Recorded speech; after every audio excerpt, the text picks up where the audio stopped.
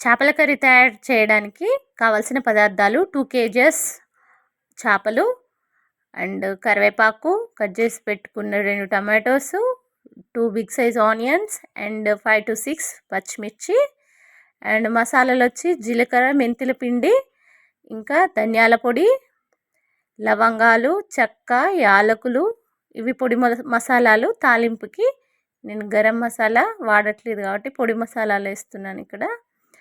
ఇంకా నెక్స్ట్ వచ్చేసి ఒక బిగ్ సైజ్ నిమ్మకాయ అంతా చింతపండు తీసుకొని నానబెట్టుకోవాలి. ఇవి కావాల్సిన ఇంగ్రీడియంట్స్. నెక్స్ట్ ప్రాసెస్లోకి వెళ్ళే ముందు మన ఫిషెస్ ఉన్నాయి కదా, 2 kg ఫిషెస్ తీసుకొని మ్యారినేషన్ చేసుకోవాలి. ఇవి మ్యారినేషన్ కోసం ఒక స్పూన్ పసుపు అండ్ 2 స్పూన్ అల్లం వెల్లుల్లి పేస్ట్ తీసుకొని బాగా కలుపుకోవాలి. మొత్తం ముక్కలకి చక్కగా పట్టేంత వరకు ఈ అల్లం వెల్లుల్లి పేస్ట్ ఇంకా మనం తీసుకున్న పసుపు కలుపుకోవాలి. మొత్తం చూడండి, నాకు ఇక్కడ ఫిషెస్ చేతికి గుచ్చుకుంటున్నాయి కలుపుతుంటే, కానీ చక్కగా మిక్స్ చేసుకోవాలి మొత్తం అల్లం వెల్లుల్లి పేస్ట్. ఇంకా ఇలా అంతా చక్కగా మిక్స్ చేసుకోవాలి, అల్లం వెల్లుల్లి పేస్ట్ ఇంకా పసుపు. లేకపోతే మనం కర్రీ వండినప్పుడు ఒక్క దగ్గరే ముద్దలాగా ఉండింది అనుకోండి, ఒక పీస్కి ఎక్కువ ఒక పీస్. అయితే నేను ఇక్కడ తాలింపులో కూడా వేస్తాను అల్లం వెల్లుల్లి పేస్టు, అందుకే కొంచెం 1.5 స్పూన్ తీసుకున్నాను ఈ ముక్కలకి. నెక్స్ట్ వచ్చేసి ప్రాసెస్లోకి వెళ్తే స్టవ్ ఆన్ చేసుకొని కడాయి పెట్టుకొని మనం తీసుకున్న పొడి మసాలాలు ఉన్నాయి కదా, లవంగాలు, యాలకులు, దాల్చిన చెక్క వేసుకోవాలి. నేను ఇక్కడ గరం మసాలా తక్కువ తీసుకుంటున్నాను కాబట్టి తాలింపులోనే ఇవి వేసుకుంటున్నాను. ఇప్పుడు మనం కట్ చేసి పెట్టుకున్న కరివేపాకు, పచ్చిమిర్చి ఉంది కదా, అవి కూడా ఇందులో యాడ్ చేసుకొని కొద్దిగా వేగేంత వరకు వేయించుకొని మనం కట్ చేసి పెట్టుకున్న ఆనియన్స్ కూడా ఇప్పుడు యాడ్ చేసుకోవాలి ఇందులో. సో చూడండి, నెక్స్ట్ ఆనియన్ కూడా యాడ్ చేసుకుందాం. అయితే మీకు ఇక్కడ ఒక చిన్న టిప్ చెప్తాను నేను, అంటే అందరికీ తెలిసిందే జనరల్గా. అయితే ఇక్కడ ఆనియన్స్ తొందరగా బ్రౌన్ కలర్లోకి రావాలంటే ఒక 1/2 స్పూన్ సాల్ట్ అనేది యాడ్ చేసుకోవాలి. సాల్ట్ యాడ్ చేసుకుంటే తొందరగా బ్రౌన్ కలర్లోకి వస్తాయి ఆనియన్స్. సో నేను సాల్ట్ యాడ్ చేశాను కానీ ఆ క్లిప్ మిస్ అయింది. ఇంకా ఇలా కలుపుకున్న తర్వాత 1 minute వేగనివ్వాలి. చూడండి, ఆనియన్ బ్రౌన్ కలర్లోకి చేంజ్ అయ్యాయి కదా. ఇప్పుడు 1.5 స్పూన్ అల్లం వెల్లుల్లి పేస్ట్ యాడ్ చేసుకోవాలి. నేను ఆల్రెడీ ముక్కలకి పట్టించాను కదా 1.5 స్పూను. సో ఇక్కడ కూడా తాలింపులో కూడా 1.5 స్పూన్ అల్లం వెల్లుల్లి పేస్ట్ వేసాను. మన ఫిష్ క్వాంటిటీ 2 kgs కాబట్టి 3 స్పూన్స్ అల్లం వెల్లుల్లి పేస్ట్ పట్టిద్ది. అండ్ నెక్స్ట్ ఇప్పుడు ఇది పచ్చివాసన పోయేంత వరకు ఒక 2 minutes వేగనివ్వాలి కలుపుతూ సిమ్లో. నెక్స్ట్ ఇప్పుడు పసుపు కూడా యాడ్ చేసుకోవాలి. పసుపు యాడ్ చేసుకొని పసుపులోంచి పచ్చివాసన పోయేంత వరకు దీన్ని కూడా ఒక 1 minute వేగనివ్వాలి.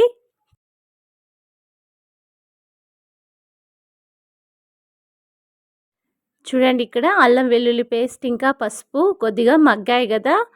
సో ఇప్పుడు మనం కట్ చేసి పెట్టుకున్న టొమాటో ముక్కలు ఇందులోకి యాడ్ చేసుకోవాలి. సో ఈ టొమాటో ముక్కలు కూడా మంచిగా కలుపుకొని అవి మెత్తబడే వరకు, ముక్క మొత్తం మెత్తగా సాఫ్ట్గా అయ్యే వరకు వేగనివ్వాలి ఒక 2 minutes. అండ్ ఇప్పుడు లిడ్ క్లోజ్ చేసుకొని ఒక 2 minutes దీన్ని మగ్గనిద్దాం.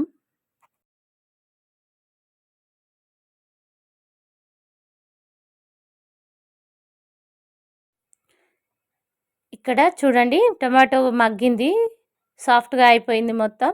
ఇప్పుడు మనం మ్యారినేట్ చేసుకున్న చేప ముక్కలు ఉన్నాయి కదా, అల్లం వెల్లుల్లి పేస్టు, ఉప్పు ఇంకా పసుపు వేసి మనం మ్యారినేట్ చేసుకున్న ముక్కలు ఉన్నాయి కదా, అవి ఇందులోకి యాడ్ చేసుకొని ఒకసారి కలుపుకోవాలి. అంటే స్టార్టింగ్లో కలుపుకోవచ్చు, నెక్స్ట్ ఇంకొంచెం ఒక్కసారి మనం కలుపుకున్నాక ఫిషెస్ని చేత్తో కలపకూడదు, చూసి మెల్లగా కలుపుకోవాలి, లేకపోతే ముక్కలు విరిగిపోతాయి.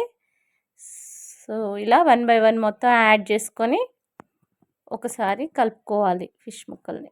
సో ఇలా 2 మినిట్స్ ఆయిల్‌లో ముక్కలు మగ్గితే ఏమైద్దంటే ఈ ముక్కలకున్న నీసు వాసన అంతా తగ్గుద్ది. అండ్ నెక్స్ట్ మనం గుజ్జు తీసి పెట్టుకున్న చింతపండు పులుసు ఉంది కదా, ఇందులోకే యాడ్ చేసుకోవాలి. చింతపండు పులుసు కొద్దిగా ముక్క మునిగే వరకు పోసుకోవాలి. అండ్ కొద్దిగా వాటర్ కూడా యాడ్ చేసుకోండి పులుపుకు తగ్గట్టుగా. అంటే పుల్లగా ఉంటేనే బాగుంటుంది కొద్దిగా ఫిష్ పులుసు. సో ఇక్కడ నాకు పులుపు ఎక్కువ అనిపించింది కాబట్టి కొద్దిగా చూసుకొని వాటర్ కూడా అడ్జస్ట్ చేసుకుంటున్నాను. నెక్స్ట్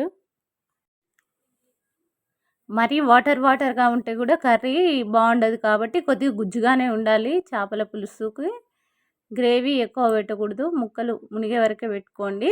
వెడల్పుదైతే లోతు గిన్నెలు అయితే చూసి పోసుకోండి వాటరు. పులుపు అడ్జస్ట్ అయ్యేలాగా వేసుకోండి వాటర్ కూడా. సో నెక్స్ట్ చేత్తో కలపకుండా ఒకసారి పులుసు అంతా ముక్కలకి సమానంగా పట్టేలాగా ఇలా కలుపుకోవాలి ఈవెన్గా. నెక్స్ట్ మనం ఒక 2 మినిట్స్ దీన్ని ఇలా మగ్గనివ్వాలి. మగ్గిన తర్వాత మనం తీసుకున్న మసాలాలు ఉన్నాయి కదా, అవి ఇందులోకి 1 బై 1 యాడ్ చేసుకోవాలి. అంటే 3 స్పూన్స్ కారం and 1 spoon salt and 2 spoons జీలకర్ర పొడి అండ్ 1/2 స్పూన్ మెంతి పొడి అండ్ ధనియాల పొడి కూడా యాడ్ చేసుకొని మళ్ళీ ఒక 2 మినిట్స్ మగ్గని. మనం కలుపుకున్న ఈ మసాలాలు ఉన్నాయి కదా, అవి పులుసులో మొత్తం కలిసేలాగా కొద్దిగా గరిటెతో ఇంకా క్లాత్తో తిప్పుకుంటూ నీట్గా ఇలా మొత్తం పులుసు అంతా కలిసేలాగా కలుపుకోవాలి. ఎక్కువ గరిటెతో తిప్పొద్దు, సైడ్లు మాత్రమే చూసుకొని తిప్పండి. అండ్ నెక్స్ట్ లిడ్ క్లోజ్ చేసుకొని ఈ పులుసు అనేది ఒక 2 నిమిషాలు మరగనిద్దాం. చూడండి 2 మినిట్స్ తర్వాత పులుసు అనేది చక్కగా మగ్గిపోయింది. ఫిష్ కూడా ఆల్మోస్ట్ ఉడికిపోయింది కాబట్టి ఇక్కడ ఆయిల్ అనేది పైకి తేలింది మనకు. సో ఆయిల్ పైకి తేలింది కాబట్టి ఆల్మోస్ట్ ఉడికినట్టే. ఈ స్టేజ్లో మనం ఇక్కడ సాల్ట్ కూడా చూసి ఎక్కువ తక్కువ లేకుండా అడ్జస్ట్ చేసుకోవచ్చు. పులుపు ఎక్కువగా ఉందనుకోండి కొద్దిగా సాల్ట్ పట్టుద్ది, కాబట్టి ఇక్కడ నేను సాల్ట్ కూడా యాడ్ చేసుకుంటాను. టేస్ట్ చూసి సాల్ట్ యాడ్ చేసుకోండి.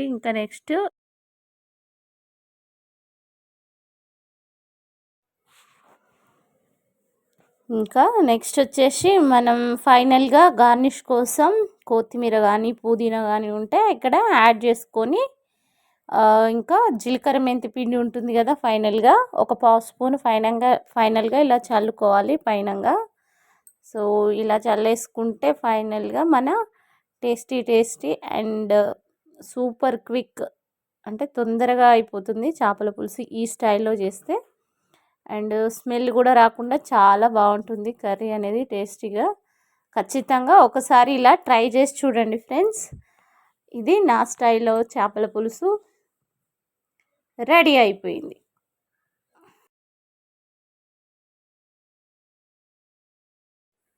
సో ఈ చేపల పులుసుని మనం రొట్టెతో తినొచ్చు, చపాతీతో బాగుంటుంది. అండ్ అసలు ఫిష్కి కాంబినేషన్ అయితే రొట్టెనండి, చాలా బాగుంటుంది. జొన్న రొట్టె కానీ సద్ద రొట్టె కానీ ఉంటే చాలా బాగుంటుంది. ట్రై చేయండి ఖచ్చితంగా. సో ఇది అండి మన చేపల పులుసు. మీకు కనుక నచ్చినట్లయితే నా వీడియోని లైక్ చేయండి ఫ్రెండ్స్, అండ్ నా ఛానల్ని సబ్స్క్రైబ్ చేయండి.